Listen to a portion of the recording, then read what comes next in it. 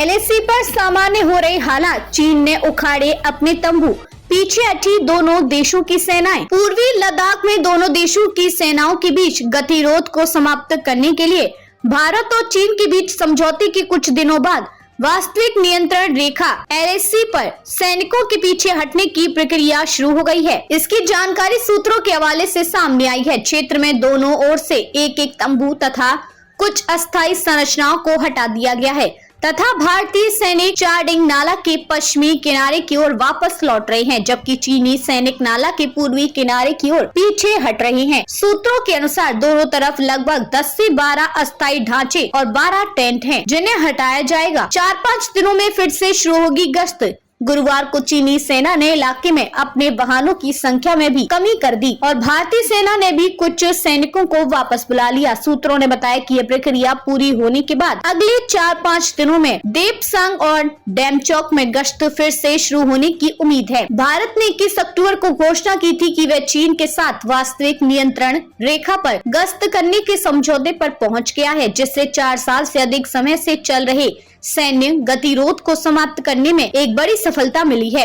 मई 2020 में गलवान घाटी में सैनिकों के बीच हिंसक टकराव के बाद गतिरोध शुरू हुआ था। चीन ने भी की भारत के साथ समझौते की पुष्टि। चीन ने भी अगले दिन इस समझौते की पुष्टि की। बीजिंग ने कहा कि प्रशासनिक मामलों पर एक समाधान हो गया है और वह इन प्रस्तावों को लागू करने के लिए भारत के साथ मिलकर काम करेगा। वहीं चीनी विदेश मंत्रालय के प्रवक्ता लिन जियान ने कहा कि आगे चलकर उनका देश इन प्रस्तावों को लागू करने के लिए भारत के साथ मिलकर काम करेगा। बता दें कि सीमा पर सैनिकों की वापसी से दोनों एशियाई दिग्गजों के बीच तनावपूर्ण संबंधों में सुधार की उम्मीद है। प्रधानमंत्री नरेंद्र मोदी और चीनी राष्ट्रपति शी जिनपिंग ने कजान में ब्रिक्स शिखर सम्मेलन के दौरान मुलाकात की और इस समझौते का समर्थन किया। इस बैठक के बाद दोनों पक्षों की ओर से विभिन्न द्विपक्षीय वार्ता तंत्रों को पुनर्जीवित करने के निर्देश दिए गए, जिससे संबंधों को सामान्य बनाने के प्रयासों का संकेत मिला। भारत और चीन के बीच हुआ समझौता। भारत और चीन वास्तविक नियंत्रण रेखा पर अपने सैनिकों को पीछे हटाने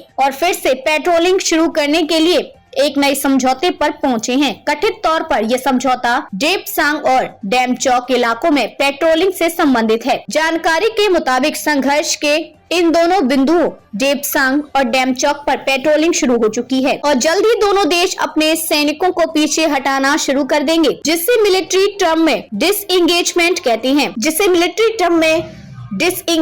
कहते हैं। पीएम मोदी के रूस दौरे से पहले हुआ समझौता। विदेश सचिव विक्रम मिस्त्री ने सोमवार को इस बारे में जानकारी दी। उन्होंने कहा कि दोनों देशों के बीच पेट्रोलिंग की व्यवस्था को लेकर बनी सहमति से 2020 में पूर्वी लद्दाख में उत्पन्न हुए तनाव का धीरे धीरे समाधान हो रहा है। यह महत्वपूर्ण घटनाक्रम 22 से 23 अक्टूबर को हुए 16वें ब्रिक्स शिखर सम्मेलन के लिए प्रधानमंत्री नरेंद्र मोदी की रूस यात्रा से ठीक पहले सामने आया था। 5 साल में पहली बार हुई इस बैठक में प्रधानमंत्री मोदी ने सीमा संबंधी मामलों पर मतभेदों को, सीमा पर शांति और स्थिरता को भंग न करने देने की आवश्यकता पर जोर दिया। शी जिनपिंग ने द्विपक्षीय संबंधों को बेहतर बनाने के लिए प्रधानमंत्री मोदी द्वारा दिए गए सुझावों पर सैद्धांतिक रूप से सहमति जताई।